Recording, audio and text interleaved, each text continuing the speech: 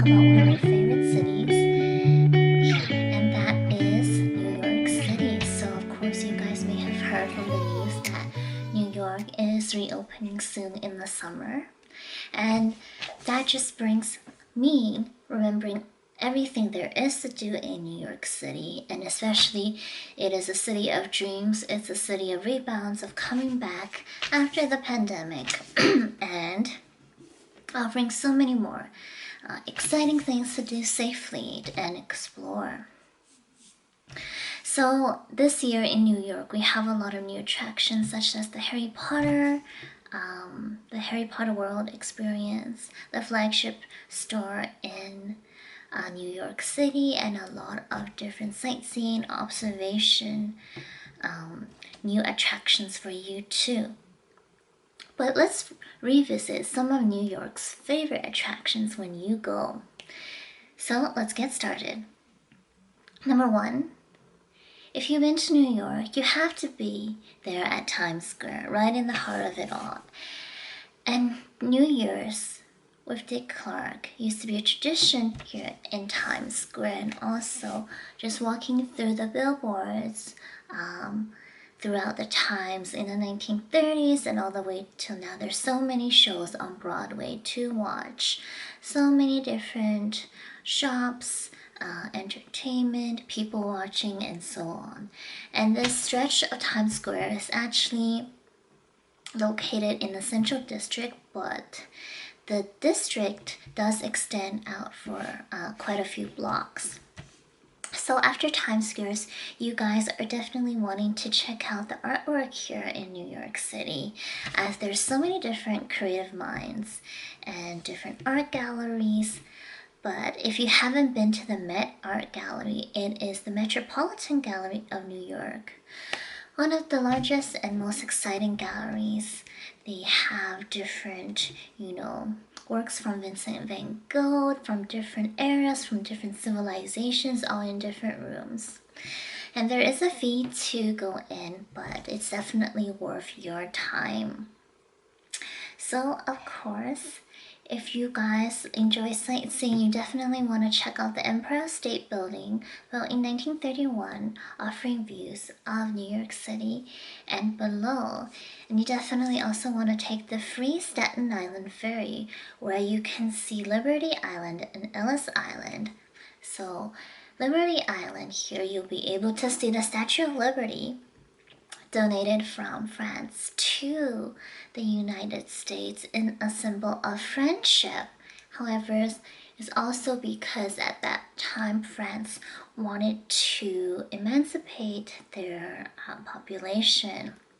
They wanted to learn from the ideals of the Americans. Later on, this became a symbol of the American dream, where tons of immigrants came in from Europe and later on from all around the world to come to America, come to look at the Statue of Liberty and its symbolism over time. So of course, hopefully those attractions are going to be opening up over the summer and we can enjoy them safely and remember what their meaning is. So of course, if you guys want to take a break from sightseeing, be sure to head over to Central Park, an urban park located between the Upper West Side and the Upper East Side of Manhattan. So here you'll be able to see, a lot of green space, walk, cycle through the park. In about 2 hours time, take a diversion from your sightseeing. And of course, you guys maybe came to New York because you wanted to see a lot of, the universities here. There is NYU, of course, known for its arts, higher education degrees, Juilliard School, known for acting, Columbia Law School, and so on. So they're all around this area. Their creative architecture stands out, throughout New York City. Of course, for those of you guys who enjoy architecture and art, be sure to head over to the newly renovated High Line located in the Chelsea district. So this High Line used to be located on the freight rail train track, but in the 2000s it underwent gentrification and today is a sprawling urban walkway located high above the streets of New York, where there's a lot of gardens, plants, performances. You can just enjoy your time looking at the different artwork and some murals at the High Line as well. So that's definitely a highlight of your visit. It's pretty new, newly located to New York, but if you're looking for something with a bit more tradition, be sure to head over to the financial district, where you're going to see that famous structure made by sculptor Arturo de Medica when he came to New York from Italy, immigrating to become a sculptor, and he made the sculpture of the Raging Bull. And he made it at a time when, in the 1987, after the stock market crashed, he wanted the bull to inspire people to keep going throughout life, to never give up on, their life, even though circumstances may be difficult. And today, in the financial district, you're gonna see the Raging Bull, and opposite it is the Fearless Girl.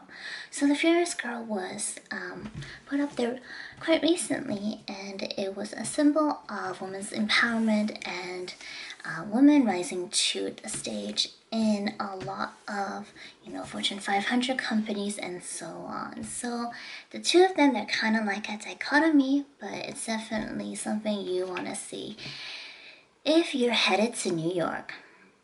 So I hope you guys enjoyed a brief summary of the top attractions to do in New York City. There's so much more. New York is such a big city. It's a city that never sleeps, but I hope I covered a little bit for you, so when you go, you just want to see things that you want to see, history that you want to experience. So as always, thank you guys for watching. Feel free to subscribe, read my blog, follow me on Instagram, and I'll see you guys next week. Bye.